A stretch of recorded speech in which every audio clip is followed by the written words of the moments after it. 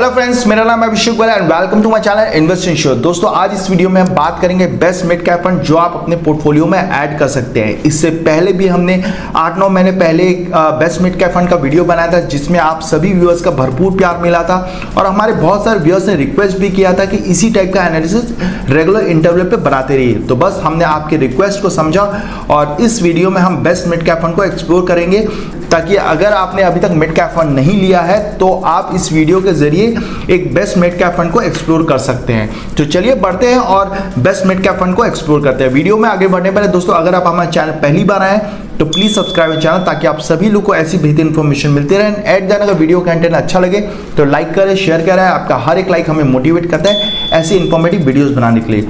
चलिए let's explore the best mid cap fund. दोस्तों, आज की डेट में मिड कैप कैटेगरी में 29 एक्टिव मिड कैप फंड्स हैं। इनमें से कुछ नए हैं, कुछ पुराने हैं। तो जो हमारा सिलेक्शन क्राइटेरिया रहेगा, हम उसमें एक एक करके स्कीम्स को हटाएंगे और बची हुई आखिरी में 5-6 स्कीम्स को डिटेल लेवल पे एक्सप्लोर करेंगे।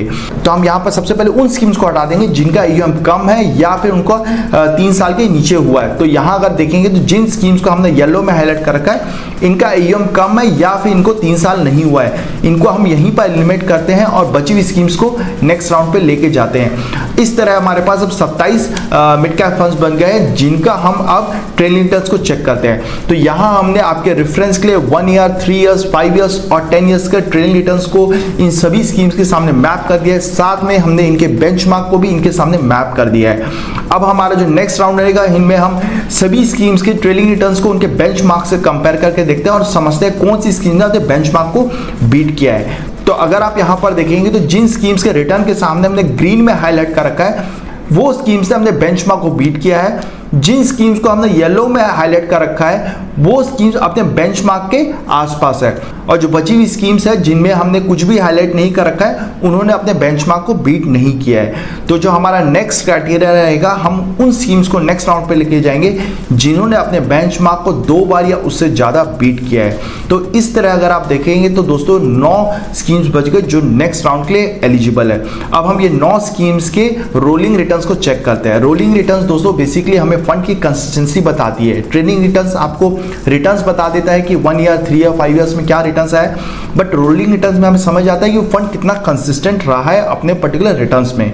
तो सबसे पहले बात करते हैं 3 इयर्स रोलिंग रिटर्न्स की। तो यहाँ अगर दोस्तों देखेंगे तो ऑलमोस्ट सभी स्कीम्स ने 3 इयर्स के रोलिंग रिटर्न्स में 20% से ज़्यादा रिटर्न्स निकाल के दिया है। हालांकि यहाँ पर अगर आप देखेंगे तो सुंदरम और इन्वेस्को का कुछ समय थोड़ा सा डाउनफॉल आया है, कुछ समय में 12 से 15 और 15 से 20% का भी रिटर्न्स डिलीवर किया है। अब बात करते हैं 5 इयर्स रोलिंग रिटर्न्स की। तो दोस्तों यहाँ अगर आप देखेंगे तो अगेन हमें सुंदरम में थोड़ी सी इनकंसिस्टेंसी नजर आ रही है। कुछ समय वो 0 to 8% भी रहा है, वहीं पर कुछ समय वो मोर देन 20% भी रिटर्न निकाल के दिया है। अगर मैं बेस्ट फंड्स की बात करूं तो यहाँ पर मोतीलाल ओसवाल, महिंद्रा एंड क्वांट ने बेहतरीन रिटर्न्स निकाल के दिए इन दी 5 इयर्स रोलिंग रिटर्न्स। अब बात करते हैं 10 ईयर रोलिंग रिटर्न्स की। तो 10 ईयर रोलिंग रिटर्न्स में दोस्तों अगेन यहाँ पर सुंदरम में थोड़ी इनकंसिस्टेंसी नजर आ रही है, साथ में हमें क्वांट में भी थोड़ी सी इनकंसिस्टेंसी नजर आ रही है, लेकिन इसे हम इग्नोर कर सकते हैं बिकॉज 2018 से पहले क्वांट म्यूचुअल फंड था जिसका परफॉर्मेंस उतना अच्छा नहीं था।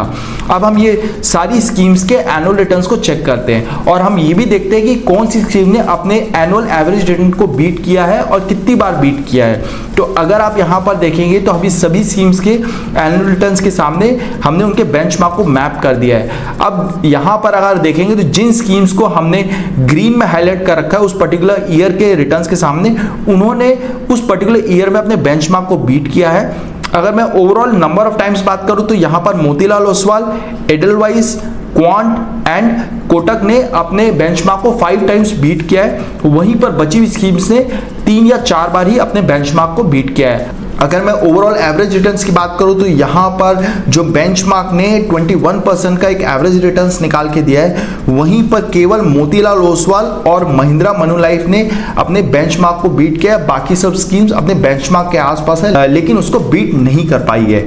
चलिए बढ़ते हैं और अब बात करते हैं क्वार्टाइल रैंकिंग की। तो यहाँ पर अगर आप देखेंगे तो अभी सभी स्कीम्स के उस पर्टिकुलर ईयर की क्वार्टाइल रैंकिंग उनके सामने मैप कर दिया है। तो अगर आप यहाँ पर देखेंगे तो मोतीलाल ओसवाल बेहतरीन रिटर्न्स निकाल के दिए, केवल 2 साल ही उनका जो रिटर्न्स है वो बॉटम में रहा है, ऑलमोस्ट बाकी सभी समय वो टॉप पर या अपर मिड पे रहा है। एडलवाइज ऑल्दो टॉप पे नहीं था बट वो most of the time upper mid में रहा है। इसके साथ साथ दोस्तों निप्पॉन, कोटक, महिंद्रा, क्वांट का, इन सभी का पिछले कुछ सालों में रिटर्न्स अच्छा रहा है। यहाँ पर अगर मैं वीक परफॉर्मेंस की बात करूँ तो यहाँ पर HDFC का हमें परफॉर्मेंस थोड़ा सा वीक नजर आ रहा है, सुंदरम का थोड़ा वीक है। इसके साथ दोस्तों इन्वेस्को भी हमें ओवरऑल एवरेज परफॉर्मर के साथ दिख रहा है। तो हमारा जो नेक्स्ट एलिमिनेशन क्राइटेरिया में हम इन तीनों स्कीम्स को यहाँ पर एलिमिनेट करेंगे और बची हुई स्कीम्स को नेक्स्ट राउंड पे लेके जाएंगे। तो इस तरह हमारे पास अब 6 मिड कैप फंड्स बच गए जिनके हम SIP रिटर्न्स को चेक करते हैं। तो यहाँ अगर आप देखेंगे तो हमने सभी स्कीम्स के SIP रिटर्न्स को मैप कर दिया for all horizon 3 years, 5 years और 10 इयर्स।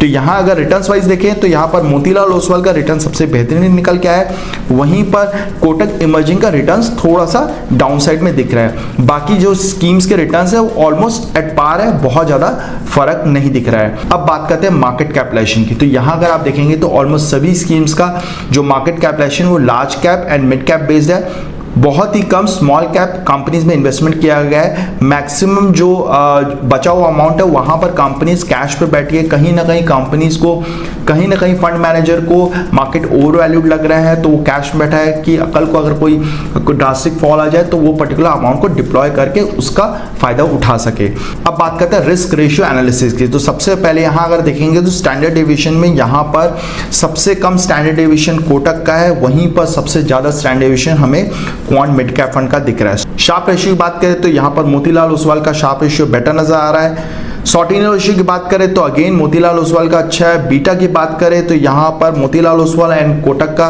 बीटा हमें बेहतर नजर आ रहा है, वहीं पर महिंद्रा मनुलाइफ का चाहे शार्प रेशियो की बात करें, शॉर्टिना की बात करें या फिर हम बीटा की बात करें, तीनों में ही ये हमें हायर साइड में दिख रहा है। अल्फा जनरेशन की बात करें तो यहाँ पर मोतीलाल ओसवाल का अल्फा जनरेशन बेहतरीन है कंपेयर्ड विद अदर स्कीम, वहीं पर जो लोएस्ट अल्फा जनरेशन वो Mahindra Manulife mid cap fund का है। आर स्क्वायर की बात करें तो यहाँ पर मोतीलाल ओसवाल एंड क्वांट अपने बेंचमार्क के पोर्टफोलियो से बहुत ही कम अलाइन होता है, वहीं पर निप्पॉन एंड महिंद्रा मनुलाइफ अपने बेंचमार्क के पोर्टफोलियो से ज़्यादा अलाइन हमें दिख रहा है। अगर मैं नंबर ऑफ स्टॉक्स की बात करूं तो यहाँ पर अगर आप देखेंगे तो मोतीलाल ओसवाल एंड क्वांट का जो पोर्टफोलियो है वो कॉन्सेंट्रेटेड पोर्टफोलियो है, केवल 20 से 25 स्टॉक्स है। तो यहाँ पर fund manager buy hold strategy believe नहीं कर रहा है। अगर आप टर्नओवर रेशियो भी देखेंगे तो इनका टर्नओवर रेशियो ज़्यादा है, ये कंटिन्यूसली अपने पोर्टफोलियो चेंज करते रहते हैं to generate returns for the investor.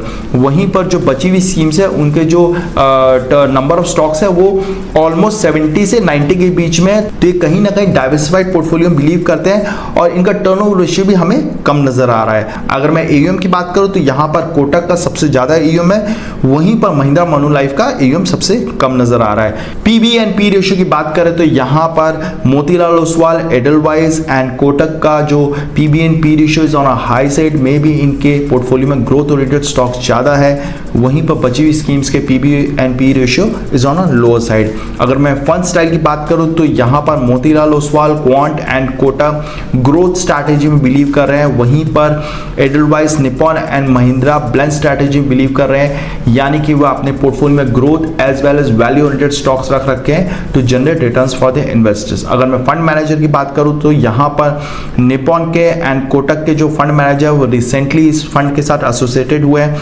वहीं पर बचे हुए सारे स्कीम्स के फंड मैनेजर इन फंड के साथ लंबे समय के साथ जुड़े हुए हैं। अगर मैं ओवरऑल पोर्टफोलियो एलोकेशन की बात करूं तो यहाँ अगर आप देखेंगे तो जो मोतीलाल ओसवाल और जो क्वांट का जो पोर्टफोलियो है वो कॉन्सेंट्रेटेड है, वो लिमिटेड सेक्टर्स में ही वो अपना इन्वेस्टमेंट कर रहा है, वहीं पर निप्पॉन और महिंद्रा का जो पोर्टफोलियो एलोकेशन है वो वेल डाइवर्सिफाइड है, ऑलमोस्ट सभी सेक्टर्स में अपना एलोकेशन कर रहे हैं। सो दोस्तों इस तरह हमने सभी स्कीम्स को डिटेल लेवल पे एनालाइज किया। अब बात करते हैं कौन सा फंड कहां पर स्टैंड करता है।